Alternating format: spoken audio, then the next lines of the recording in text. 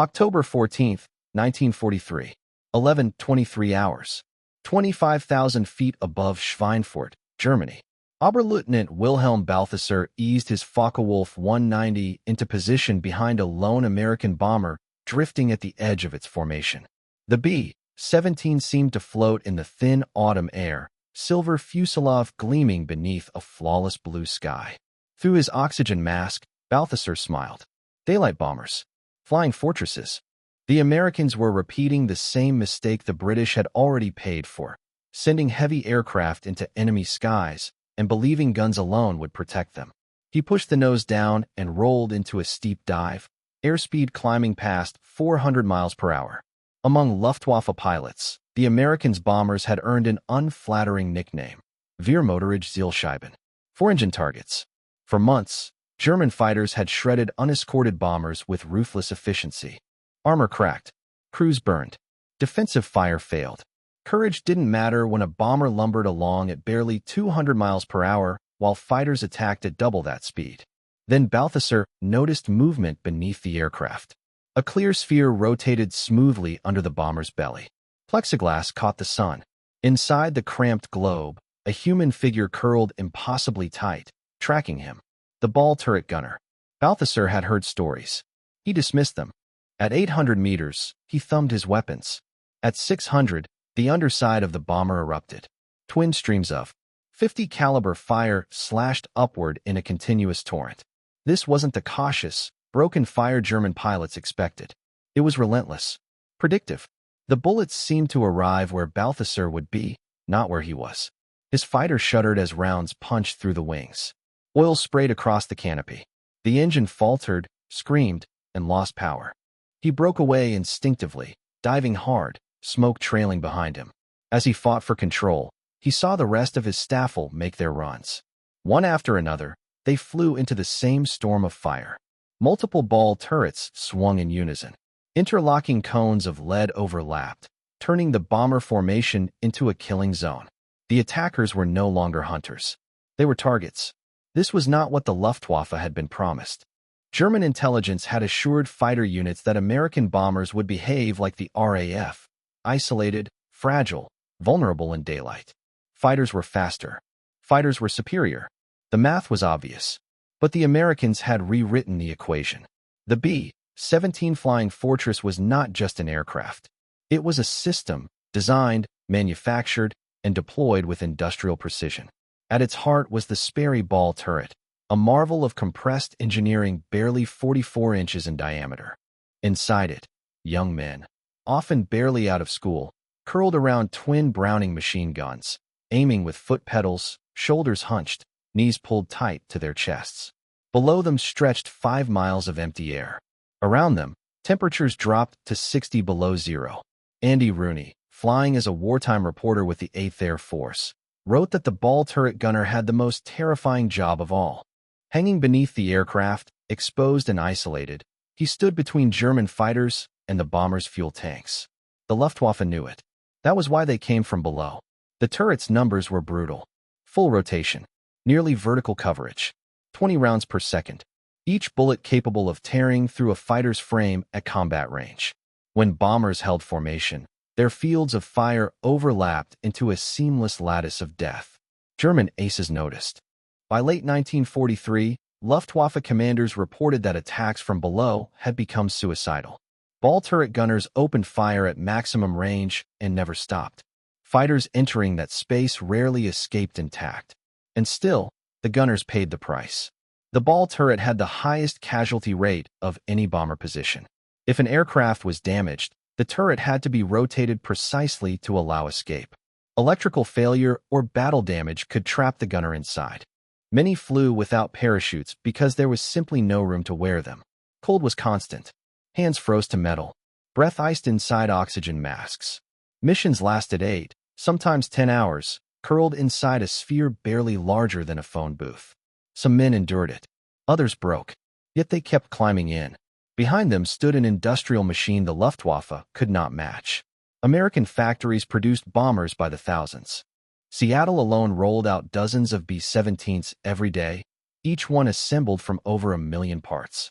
Gunnery schools across the United States trained thousands of new gunners every month, firing tens of thousands of rounds before ever seeing combat.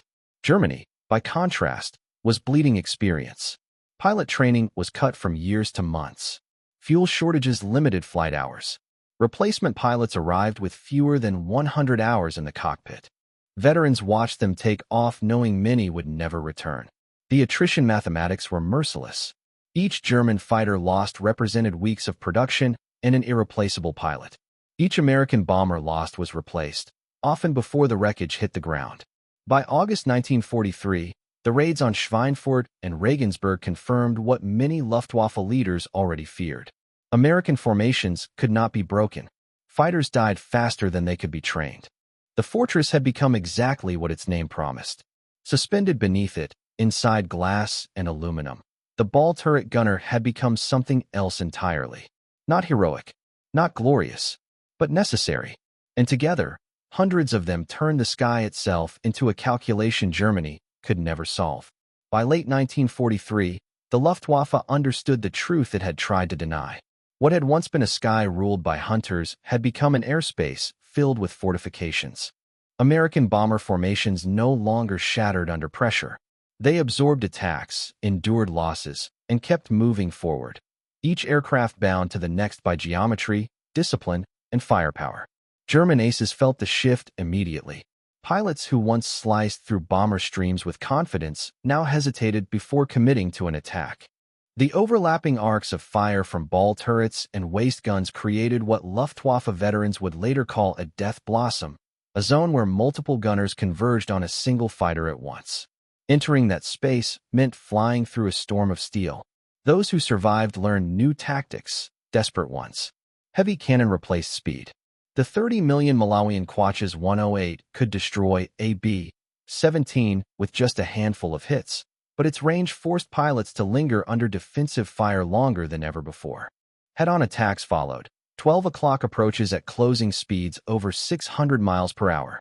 There were seconds to aim, seconds to live. Even the best paid dearly. Ball turret gunners learned patterns, learned pilots, learned fear. Some could identify attackers by paint schemes, by approach angles, by hesitation. They fired earlier, longer, harder. Ammunition was no longer conserved. It was expended to survive. Behind the battles, production decided everything. The Sperry Corporation built tens of thousands of ball turrets, each a dense knot of gears, motors, optics, and steel. Every turret took hundreds of labor hours. Every bomber carried thousands of rounds of ammunition. American factories replaced losses faster than Germany could tally them. The Luftwaffe, meanwhile, hollowed itself out. Training collapsed. New pilots arrived with barely 50 hours in type. Veterans called them three-day wonders. They were sent into combat against gunners who had fired more rounds in training than these pilots had fired in their lives. By mid-1944, desperation replaced doctrine. German units formed massive armored fighter wedges, accepting horrific losses in exchange for a handful of kills. Rockets were fired from beyond gun range. Ramming units were proposed. Even suicide formations were authorized. None of it worked. Long-range escorts sealed the outcome. P-51 Mustangs roamed freely over Germany, hunting fighters before they ever reached the bombers. The Luftwaffe now faced death from above and below, fighters on one side, ball turrets on the other. For the men inside those turrets, the war never felt strategic. It felt personal. 8 hours cramped in freezing darkness. Legs numb, back screaming, fingers locked around triggers. Fighters flashing past, so close faces were visible through canopies. A choice made again and again between hesitation and fire. Survival became arithmetic. Early in the campaign, only one crew in 4 could expect to finish its tour. Ball turret gunners fared worse. Still they volunteered. Still they descended into the spheres when the channel disappeared beneath the aircraft. By early 1945, the skies were empty. Fuel shortages grounded what remained of the Luftwaffe. Training schools closed. Veteran aces vanished. American bombers crossed Germany almost unopposed, their gunners scanning contrails that never formed. The final numbers told a brutal story. Hundreds of thousands of sorties. Thousands of bombers lost. Tens of thousands of airmen dead or captured. And yet, German fighter losses exceeded replacement capacity by margins that could never be recovered. Nearly a quarter of all aerial victories credited to bomber crews came from ball turret gunners alone. They were only 10% of the crew, but they carried nearly a quarter of the fight. Years later, survivors struggled to explain it. There was no romance in the memory, no speeches, no victory laps, just the knowledge that they had been part of something vast, something built not on individual brilliance, but on repetition, coordination, and endurance. The ball turret gunner became the symbol of that reality. A farm boy trained in months, placed into a mass-produced machine, armed with mass-produced guns, firing mass-produced ammunition, not to outfly the enemy, not to outthink him, but to outlast him. In the end, it was not superior pilots or daring tactics that broke the Luftwaffe over Europe. It was the relentless arithmetic of industrial war, factories, training fields, assembly lines, and young men willing to crawl into glass spheres beneath bombers and hold the trigger until the numbers favored them. The laughter of German pilots in 1943 faded into silence by 1945. Empty airfields, grounded fighters, a sky ruled not by skill, but by scale. And hanging beneath the flying fortress, the ball turret gunner waited, cold, afraid, exhausted, watching the contrails stretch across Europe, knowing that survival no longer belonged to the best individual, but to the side that could produce more machines, train more crews, and keep flying when the enemy could not. The war above Europe became a calculation, and every number favored America.